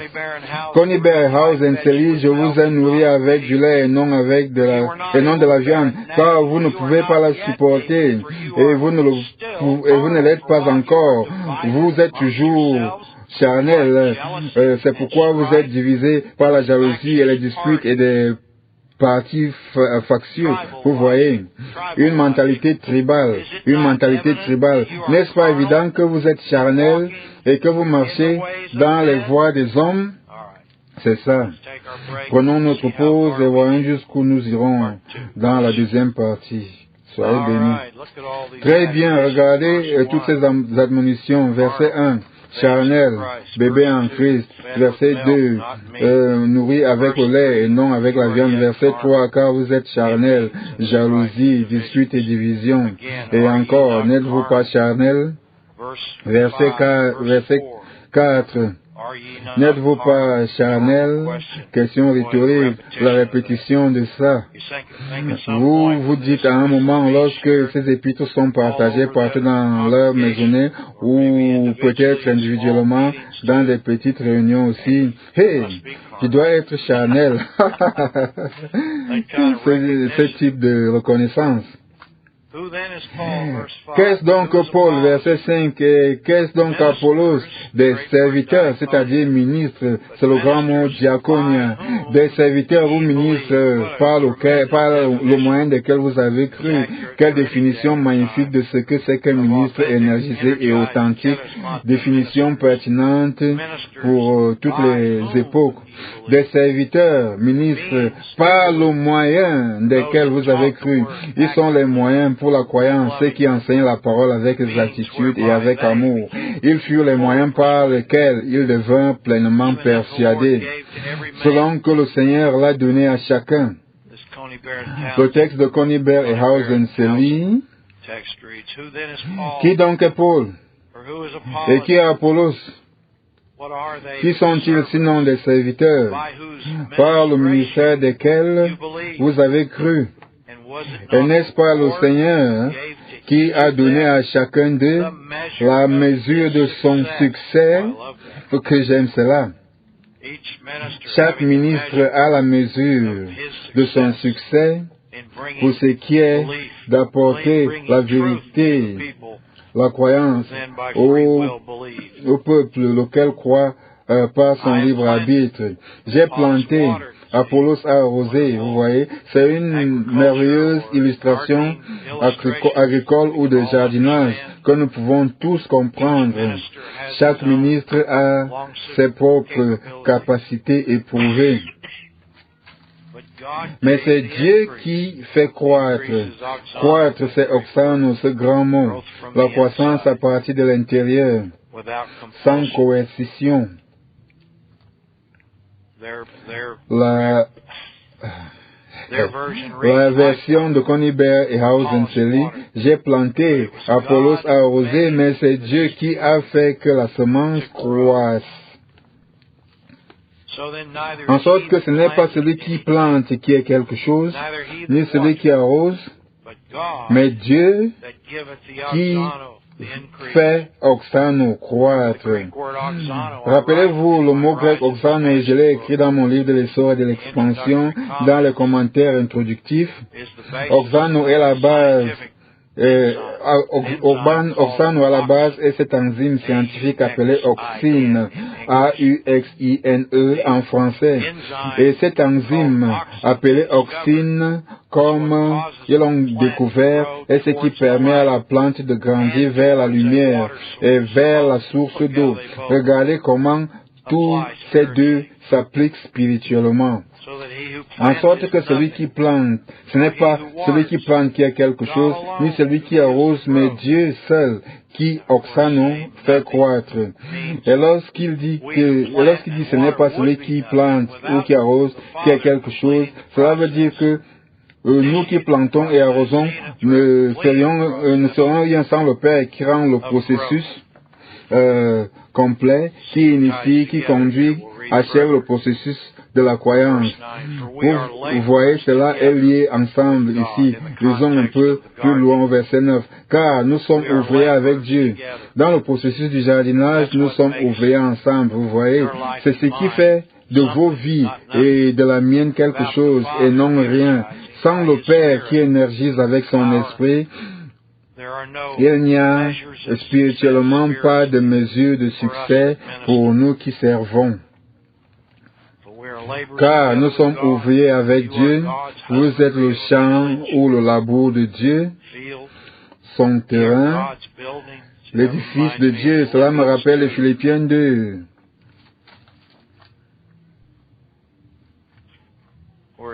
Où il est dit, voyons, verset 12, ainsi mes bien-aimés, comme vous avez toujours obéi, non seulement comme en ma présence, travaillez à votre salut. Dans la parole, le mot travailler dans certains textes, c'est les cultiver. Cela se relie à l'illustration agricole en 1 Corinthiens 3. Cultivez, travaillez à votre salut avec crainte et tremblement. Crainte et tremblement, c'est la révérence et l'obéissance. Nous travaillons à notre salut avec la puissance de Dieu qui est en nous. L'édifice de Dieu, il ramène cela à cette métaphore. Verset 10, selon la grâce de Dieu. Il n'est pas étonnant qu'il ait parlé d'édifice. Regardez ceci. Qui m'a été donné, dit Paul. J'ai posé le fondement comme un sage architecte. Architecton. C'est évidemment de là que le mot architecton vient. C'est de là qu'il vient. Architecton dans le grec. N'est-ce pas là une figure de rhétorique étonnante dans laquelle nous nous retrouvons maintenant? Celui qui plante et celui qui arrose sont égaux. En d'autres termes, ils ne peuvent pas être érigés l'un contre l'autre. Il est en train de leur dire, vous érigez Apollos contre moi. Cet esprit de rivalité ambitieuse, ces factions partisanes, ces préjugés tribaux, Vous êtes en train d'essayer de dresser Apollos contre moi, mais nous ne nous affrontons pas. Vous voyez, Apollos et lui, au moins cette fois-ci, se tenaient en un même accord. Voici comment les esprits essayent d'agiter les choses de bas en haut. Et chacun recevra sa propre récompense selon son propre travail, car nous sommes ouvriers avec Dieu. Et vous êtes le champ de Dieu, l'édifice de Dieu. Dieu m'a donné le don de la grâce par lequel, comme un sage architecte, j'ai posé la fondation. Vous voyez, c'est Connie Berghausen une fois encore. Et je continue de lire leur texte. Et dans cette fondation, un autre bâtit, mais qu'il fasse attention avec quoi il bâtit dessus. Louis II est très clair. Et un autre bâtit dessus. Vous voyez, les ministres qui suivent Paul doivent bâtir sur la fondation qu'il a posée en doctrine et en pratique. Mais que chacun contexte tous les autres ministres comme Apollos prenne garde à la manière dont il bâtit dessus, qu'il prenne garde à ceux avec quoi il bâtit dessus, car personne ne peut poser un autre fondement que celui qui a été posé, savoir Jésus-Christ. Or, si quelqu'un bâtit sur ce fondement, toutes ces figures de rhétorique magnifiques ici, voyez comment il est en train de déverser chaque once de son intellect, chaque once de sa formation linguistique, sa formation dans la vie, dans l'architecture, dans l'agriculture, toutes ces illustrations qui communiquent aux Corinthiens. Cette grande zone urbaine de Corinthe, ils en étaient très conscients. Ils avaient probablement tous été élevés dans un contexte agricole. Et évidemment, ils étaient beaucoup plus conscients de cela pour ce qui était de subvenir à leurs besoins lorsque la production était amenée en ville pour être vendue dans les marchés. Ils savaient d'où cela venait, cultivé, planté, arrosé. Chose intéressante, il va lire, laissez-moi vous lire la note de pied de page de Connie Berghausen ici, le texte d'abord. Mais sur ce fondement, quelqu'un peut élever avec de l'or ou du diamant et des pierres précieuses. Un autre le fera avec du foin et du chaume. Et j'aime la note de bas de page ici. L'image devient de plus en plus éclatante si nous nous rappelons les édifices contrastés d'une ville ancienne, les édifices somptueux de granit et de marbre avec des ornements d'or et d'argent d'un côté, et les taudis, T-A-O-U-D-I-S, les taudis des pauvres de l'autre côté, avec leurs murs de bois, des toits de chaume et des interstices bouchés avec de la paille. Vous voyez combien éclatante cette illustration est. Eh bien, dans nos grandes villes aujourd'hui, ils ont les sans domicile fixe, avec leurs abris de fortune, toutes ces masures en carton dont on entend les gens parler. Je me rappelle avoir visité le Pérou. Le Pérou, mon Dieu, quelle vue lorsque vous partez de l'aéroport vers la ville. C'était au cours d'un voyage que nous fîmes en Amérique du Sud. Ces taudis s'étendaient sur des hectares et des milles. Ces cabanes construites avec tous les types de matériaux, vous pouvez l'imaginer, des gens qui se débattent pour survivre. Cela vous brisait le cœur. Et néanmoins, il y avait l'endurance de ces gens qui s'accrochaient pour vivre. Vous voyez, c'est la Oxano, le désir de vivre. Le désir de vivre. Qu'y a-t-il d'autre? Vous voyez, vous savez. De certaines manières, c'était inspirant et d'autres manières, de certaines autres manières, c'était à vous briser le cœur. Mais encore, cela me rappelle ce que le docteur Warwell nous a enseigné au sujet du catholicisme romain. Le catholicisme romain pique une section de la parole. Plus on leur donne la possibilité de répandre leurs subtils mensonges dogmatiques, Puis vous avez un petit pourcentage de personnes opulentes. La plupart de ceux qui restent sont affamés, sont frappés de pauvreté et vivent chichement jour après jour, heure après heure, de la pauvreté rampante et dominante. Et ensuite, c'est ce qu'il disait, cela fait disparaître la classe moyenne, cela efface la classe ouvrière. Vous êtes-vous jamais demandé pourquoi sommes-nous autant pressés aujourd'hui? Ils veulent que nous gagnions tout l'argent et que nous nourrissions tous les flemmards. Mais en même temps, ils veulent diluer nos pouvoirs, diluer nos ressources, nous décourager. C'est ici que notre ministère spirituel intervient pour essayer de retenir le tsunami d'insanité qui est en train d'être poussé sur la pensée, la logique, l'état d'esprit de nos nations. Et quand vous voyez une nation qui se relève et a un semblant de dirigeants capables, pas seulement ces purs égoïstes fondés sur la corruption, ce qui est le cas de la plupart des dirigeants de notre monde, quand un peuple parvient à avoir quelques bons dirigeants, même un petit nombre au sein de la structure, ils n'ont forcément pas besoin d'être le dirigeant ou la dirigeante principale. Vous pouvez alors voir les grands principes de la classe ouvrière commencer à s'accroître en sorte que les gens peuvent avoir une vie confortable, peuvent être fiers d'une profession, être fiers des talents, des activités. Ils peuvent élever leurs enfants pourvoyant à leurs besoins, leur donner de l'éducation et non plus à vivre dans la peur et la pauvreté. L'adversaire essaie toujours d'appauvrir les gens et il le fait à travers cette systématisation de l'erreur contrefaite. J'en ai couvert un bout dans la série sur le discernement, ces consortiums, ces associations, ces ligues des hommes et femmes nés de la semence du serpent. Et ils veulent que nous travaillions tous pour eux. Ils ne sont jamais satisfaits.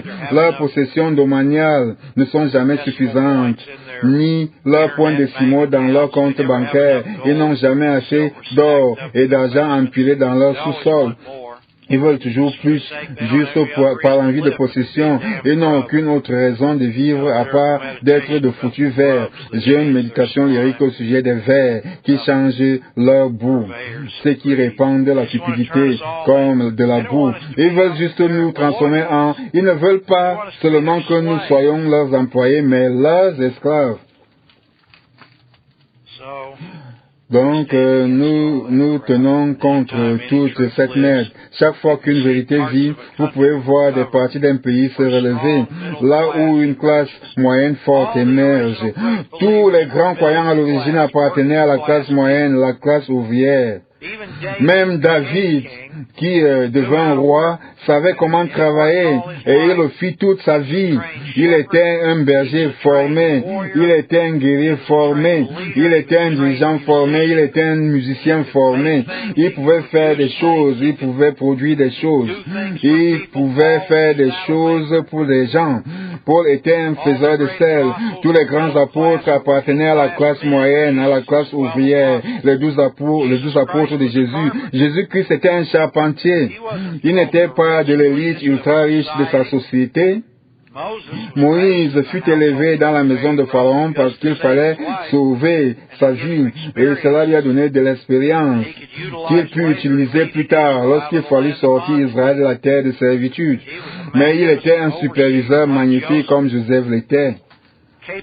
Des capacités et des aptitudes qui peuvent être utilisées pour bénir le domaine de corps et âme, le domaine de l'économie, vous voyez. Tous ces grands croyants sortaient de la classe moyenne. Salomon naquit comme prince, mais il n'était certainement pas un paresseux.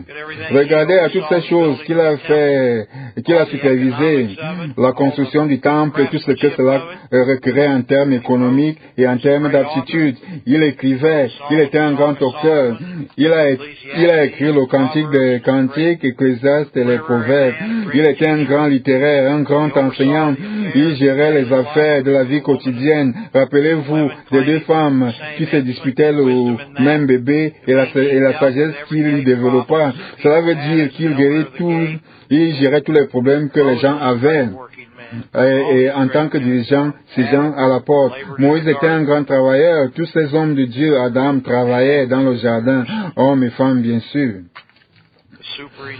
Les gens de la super élite nés avec une cuillère d'argent dans la bouche, cela n'a réellement rien à faire avec la croyance véritable. Ce sont tous ces idiots que Paul a crucifiés au chapitre 1. La folie de Dieu est plus sage que ces cervelles d'oiseaux. Ces gens étaient des hommes et des femmes capables comme vous, comme moi.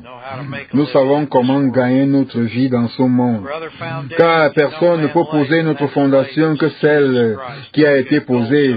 Et un autre fondement que celui qui a été posé, savoir Jésus-Christ. Ok, de l'or, de l'argent, des pierres précieuses. Voilà où nous étions. Voyez-vous la figure de rhétorique ici? Verset 13 maintenant. L'œuvre de chacun sera manifestée car le jour la fera connaître. Il se réfère au jugement à venir. Parce qu'elle sera révélée. Ça c'est Apocalypto. Dévoilé, révélé dans le feu, et le feu éprouvera ce qu'est l'œuvre de chacun. Voyez-vous la clarté de cette analogie? Si l'œuvre bâtie par quelqu'un sur ce fondement subsiste, il lambano recevra en manifestation une récompense. C'est ce que les épîtres de la grâce appellent guirlande ou couronne d'intégrité, guirlande ou couronne de justice, guirlande ou couronne de vie. Lui second dit couronne de vie, mais c'est décrit dans la terminologie athlétique, des guirlandes représentant les récompenses du futur. Si l'œuvre de quelqu'un est consumée, il perdra sa récompense. Il s'agit ici du bois, du foin et du chaume. Les taudis, ces œuvres de la vieille nature, quelque magnifiques que les œuvres d'un homme ou d'une femme peuvent paraître à la culture des sens, cela n'est que du bois, du foin et du chaume, si cela n'est pas basé sur la fondation de Jésus-Christ. Vous le voyez, n'est-ce pas? Et si la personne est née de nouveau, pour lui, il sera sauvé, mais comme au travers du feu, des langues comme des langues de feu. Le feu de Dieu, sauvé, mais aucune récompense de toutes les œuvres, tous les efforts, les priorités, qu'ils aient retenu l'attention du monde ou non. Si c'est du bois, du foin, du chaume, c'était basé sur un fondement faux, un fondement craquelé. Regardez, allez en Somme 82. Il vient à l'esprit ici. De manière évidente, la logique de bâtir est magnifiquement adéquate. Vous devez avoir une fondation solide, une semelle, pas seulement dans la substance elle-même, mais elle doit être creusée et assez profondément pour que l'édifice ait la force et la solidarité de la semelle, la fondation. Au Somme 82, il est en train de confronter les injustes, les méchants qui attaquent les humbles et les nécessiteux. Verset 5. Ils n'ont ni savoir, c'est une forme de ginosko. Ils ne connaissent ni le Père, ni sa parole. Ils n'ont ni savoir, ni intelligence, c'est sunesis. Ils marchent dans les ténèbres à leur degré le plus sombre. Nous parlons bien sûr de la semence du serpent. Tous les fondements, nous sommes en train de parler du fondement de Jésus-Christ. Tous les fondements de la terre sont ébranlés. Ébranlé veut dire qu'il peut être bougé, secoué, qui n'a pas de solidarité. Rappelez-vous de la grande parabole de Jésus au sujet de l'homme qui a bâti sa maison sur le sable en comparaison avec celui qui a bâti sa maison sur le roc. Le roc, c'est la parole. Le roc, c'est Christ Jésus notre Seigneur. Or, si quelqu'un bâtit sur ce fondement avec de l'or, de l'argent, des pierres précieuses, un autre avec du bois, du foin, du chaume, l'œuvre de chacun sera manifestée, car le jour la fera connaître, parce que ce jour se révélera dans le feu, et le feu éprouvera ce qu'est l'œuvre de chacun. Celui qui verra son œuvre résister recevra une rémunération pour son travail. Celui dont l'œuvre sera consumée perdra sa récompense, mais il ne sera pas détruit lui-même, mais il sera sauvé comme par le feu. Voilà la nouvelle naissance. Un tison arraché de l'incendie, comme il est dit dans l'Ancien Testament. Je peux réclamer ces versets pour soutenir ce que je suis en train de lire dans mes épîtres de la grâce, car je suis un ministre de la réconciliation. J'ai la parole de réconcilia. Je ne suis pas sans expérience dans la parole de justice. Je ne suis pas dans la camisole de force du pharisaïsme judaïque ou toute autre sorte de connerie, de légalisme issu de Baal, celui qui possède. J'ai de l'expérience dans la parole. C'est pourquoi le Père sort cette écriture dans mon intelligence. Juste là, je l'enseigne. Mon Dieu, que pensez-vous de cela? Ne savez-vous pas que vous êtes le temple de Dieu? Ils aiment s'embrouiller à ce niveau. Toujours ici, même les personnes séculières disent « Mon corps est mon temple ». Pas du tout. Bouclez-la. Les gens parlent à partir des deux côtés de leur derrière et les trois côtés de leur bouche sale. Votre corps, le petit corps minuscule de votre personne individuelle n'est aucun foutu temple. Le temple, c'est le corps de Christ. Tout le corps. Individuellement, nous sommes des tabernacles, c'est cela. Un tabernacle était une tente, oui, ornée, belle et solide, mais elle demeurait mobile. Et cela a davantage de sens pour nous en tant que croyants individuels. Nous portons ce trésor dans des vases de terre. Nous sommes comparés au tabernacle, le tabernacle de Moïse. Plus tard, Amos écrit par révélation au sujet du tabernacle de David. C'est un concept fascinant sur lequel j'ai passé 2 heures d'études cette semaine. Peut-être m'instruire suffisamment pour pouvoir l'enseigner un jour, mais c'est intriguant de voir comment David rassembla en partie un tabernacle à Jérusalem lorsqu'il fut reconnu comme roi. Il ramena l'arche de l'Alliance à Jérusalem et éleva et bâtit une tente pour l'accueillir. Et Amos, de manière prophétique, Amos dans lequel Jésus-Christ est appelé, et Jésus-Christ le fil rouge est appelé celui qui relève le tabernacle de David. Quel concept intriguant!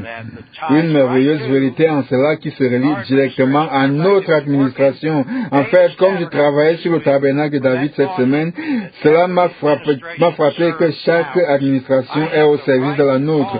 J'ai le droit d'aller chercher des illustrations partout dans la parole pour illustrer ce que Dieu est en Christ en moi. L'espérance de la gloire. Je dois être exact. Je ne veux pas dire que vous le faites au petit bonheur la chance. Vous le pensez, vous le considérez comme avec le deuxième corps, le principe du corps, être instruit dans toute la parole de manière à pouvoir en enseigner d'autres. C'est ce que je fais chaque jour. Je ne fais que vous donner un aperçu rapide de quelque chose qui pourrait venir par la suite, une fois que je suis plus instruit. Ce que je viens de vous dire, en définitive, est la vérité au sujet du tabernacle de David. Mais il y a beaucoup de détails sur lesquels je dois m'instruire avant de me lancer vraiment dans son enseignement en tant que tel. Je n'ai fait que vous le brosser à grands traits. Ne savez-vous pas que vous êtes le temple de Dieu? Il est en train de leur parler collectivement, le corps de Christ, et que l'Esprit de Dieu, le don, usage 2A, ou alors acception 2A, habite en vous. C'est le vrai temple. Cela rappelle Éphésiens 2, qu'il aurait aimé leur enseigner. Il ne le pouvait pas encore, mais il en posait la fondation. Allez à Éphésiens 2, verset 20. Vous avez été édifiés, et nous partons dans la terminologie architecturale. La terminologie des constructions, édifiée sur le même fondement, revoilà notre mot que les apôtres et les prophètes. Le docteur Howell nous a enseigné que vous devez renverser les mots qui suivent. Christ Jésus lui-même. Christ Jésus lui-même étant la pierre angulaire, pierre principale de l'angle. Il nous a appris que cela ne voulait pas dire 1 million de petites choses dans un coin. Il est toute la fondation massive, car Corinthiens dit qu'il est le fondement. C'est ici que la logique culturelle pourrait vous amener à interpréter. Vous voyez une pierre angulaire et vous pensez à une pierre angulaire comme la pierre angulaire d'un édifice, juste dans un coin. Mais non, le docteur Howell cela clarifié, vous devez renouveler votre intelligence en dehors de la culture, à maintes reprises. La parole est si souvent mal interprétée parce que les gens lisent leur culture dans sa terminologie et sa phraséologie. Cela n'est forcément pas leur faute ou notre faute jusqu'à ce que nous soyons instruits correctement. Si donc vous décrivez Jésus-Christ comme une petite brique quelconque placée dans un bout d'un immeuble, cela ne va pas tenir face à 1 Corinthiens 3:9 comme la fondation sur laquelle tout repose. Cette pierre angulaire se réfère donc à toute la fondation. Le mot pierre ne devrait probablement pas être là. Il est en italique. Othello, la principale de l'angle. Et l'angle voulait bibliquement dire plus que ce que nous pensons. Et en lui, tout l'édifice bien coordonné s'élève oxano. Voilà notre grand mot une fois encore. Pour être un temple dans le Seigneur, oui, il y a un entremêlement de métaphores. Et alors, cela le rend plus éclatant. Oxano est essentiellement un terme agricole, agronomique. Mais il est ici placé au beau milieu de l'édifice, de l'architecture. Alors ne me dites pas que vous ne pouvez pas entremêler les métaphores. Bouquez là. Maintenant, il y en a qui les mélangent et causent davantage de confusion. Là, je serais d'accord avec vous, c'est mauvais. Mais les métaphores sont mélangées selon la manière que Dieu veut qu'elles soient mises ensemble pour illustrer la vérité. Cela ne peut pas être relégué à une illustration ou une autre. Voilà un autre piège dans lequel paresseux dans la parole tombe. Vous ne pouvez être ni négligent ni paresseux dans cette affaire.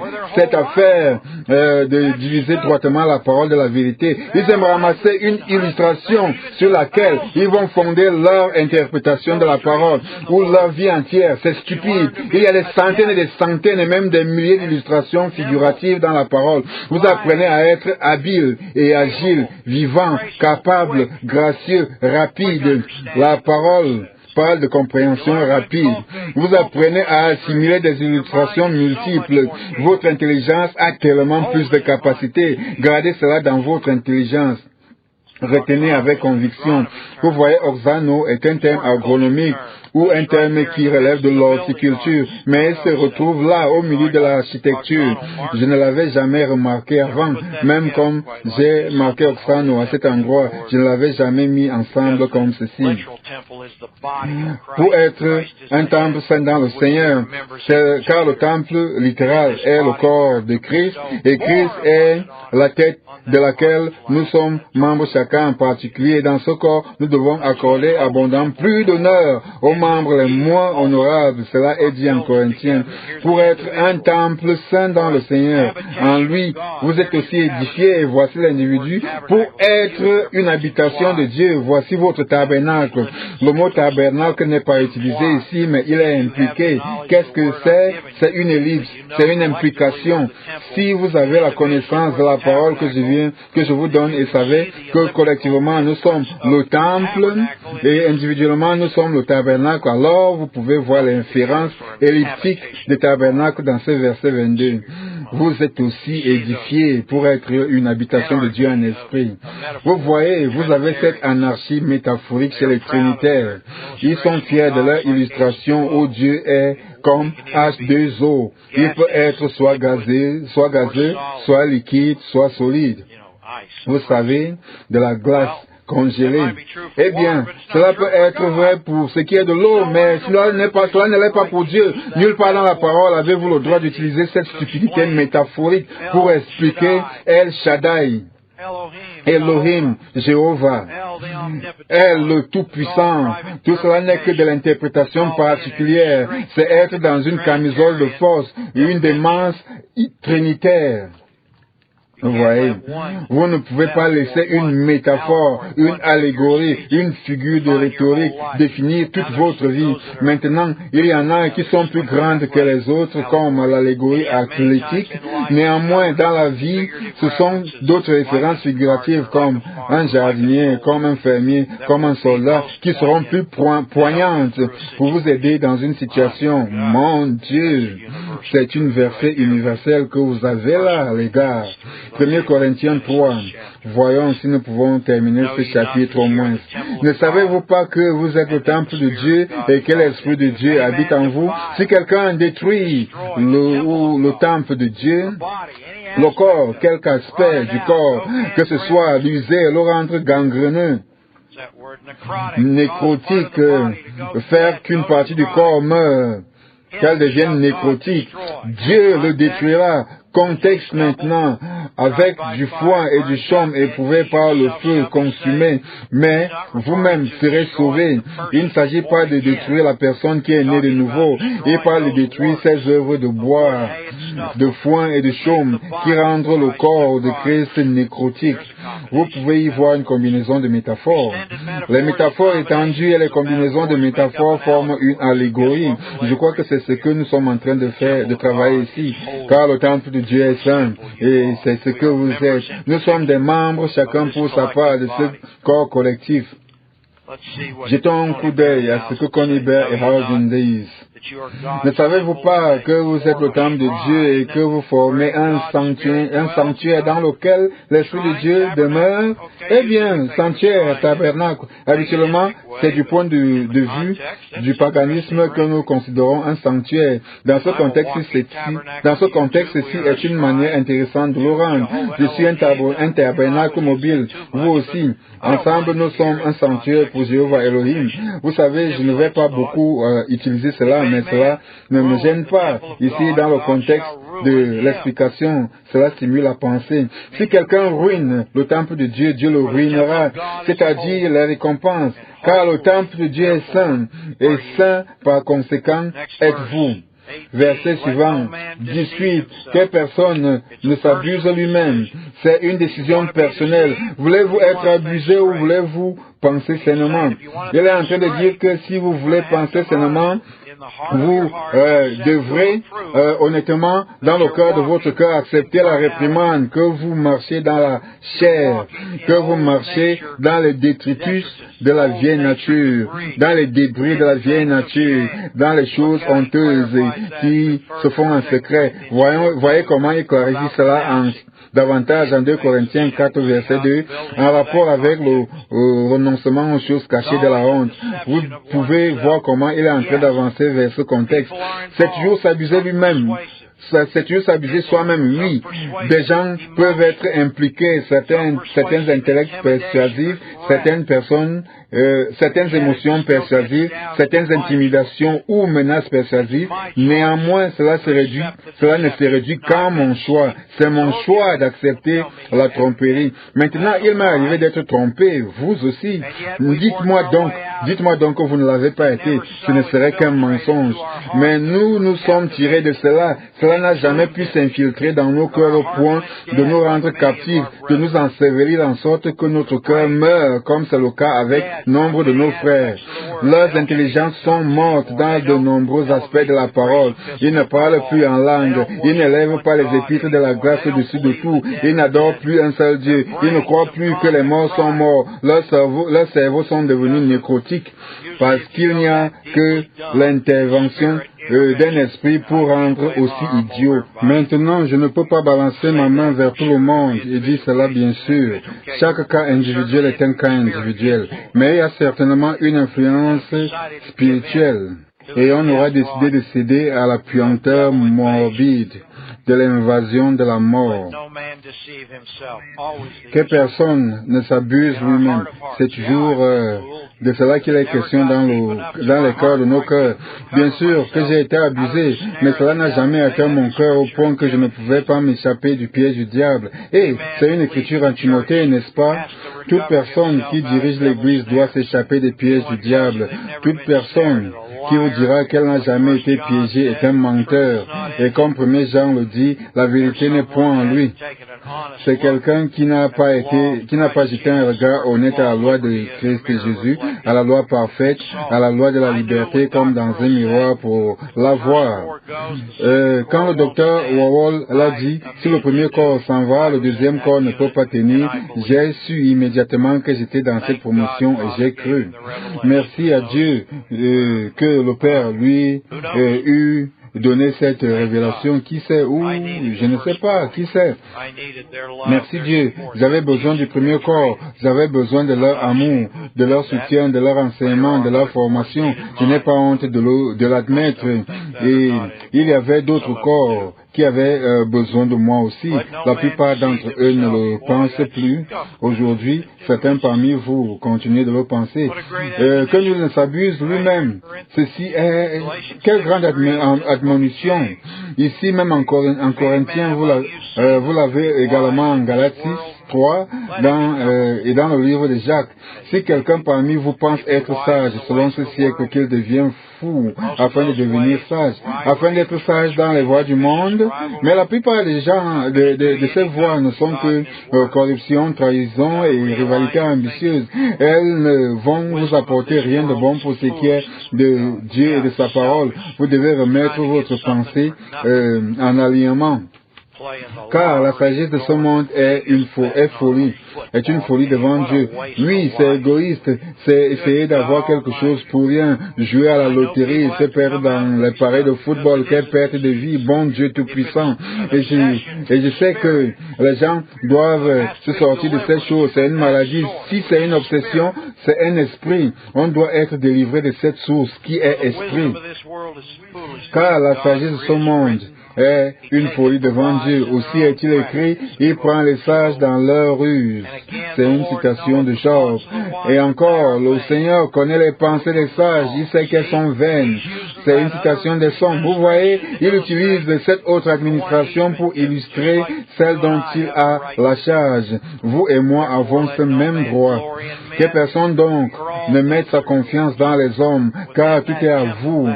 Dans ce temple, ce corps de Christ, tout est à vous. Soit Paul, soit Apollos, soit Céphas, soit le monde, soit la vie, soit la mort, soit les choses présentes, soit les choses à venir. Ceci est précurseur de Romains 8. Pas vrai? Tout est en vous, tout est à vous, tout avec distinction, tout de manière distincte. Or, argent, pierre précieuse, élevé sur la fondation qu'est Jésus-Christ. Vous voyez, il nous ramène dans le contexte. Et vous êtes en Christ, et Christ est à Dieu. Il ne devrait pas y avoir une division en chapitres à cet endroit. Ainsi qu'on nous regarde, il vient de leur dire qui ils étaient maintenant, de qui parle-t-il lorsqu'il dit qu'on nous regarde des ministres comme des serviteurs, qu'on nous regarde nous ministres comme serviteurs de Christ et des dispensateurs des mystères de Dieu. Le dispensateur est celui à qui les ressources et la responsabilité d'une maisonnée ont été données pour qu'il administre, en prenne soin, l'utilise comme il faut pour l'enseigner et en distribuer les ressources. Et j'imagine que c'est de là que nous allons partir la semaine prochaine. Permettez-moi de lire le reste de Connie Berghausen. Que personne ne se séduise lui-même. Si quelqu'un est tenu pour sage parmi vous pour ce qui est de la sagesse de ce monde, qu'il devienne lui-même un fou du point de vue du jugement du monde afin qu'il devienne sage. Car la sagesse de ce monde est une folie devant Dieu. Ainsi qu'il est écrit, il prend les sages dans leur propre ruse. Et encore, le Seigneur connaît les pensées des sages. Elles sont vaines. C'est pourquoi que personne parmi vous ne se glorifie dans les hommes. Car tout est à vous, Paul, comme Apollos, Céphas, le monde entier lui-même, la vie comme la mort, les choses présentes, les choses à venir, tout est à vous. Cela se réfère à la parole, le temple et toutes ces choses. Mais vous êtes à Christ et Christ est à Dieu, qu'on nous regarde comme des serviteurs doulos de Christ et des dispensateurs des mystères de Dieu. Et il continue à partir de là. Les mystères sont les secrets divins révélés. Très bien, c'est ce que nous ferons. Merci d'avoir été avec moi. J'anticipe déjà la semaine prochaine avec vous. Que vos cœurs soient bénis.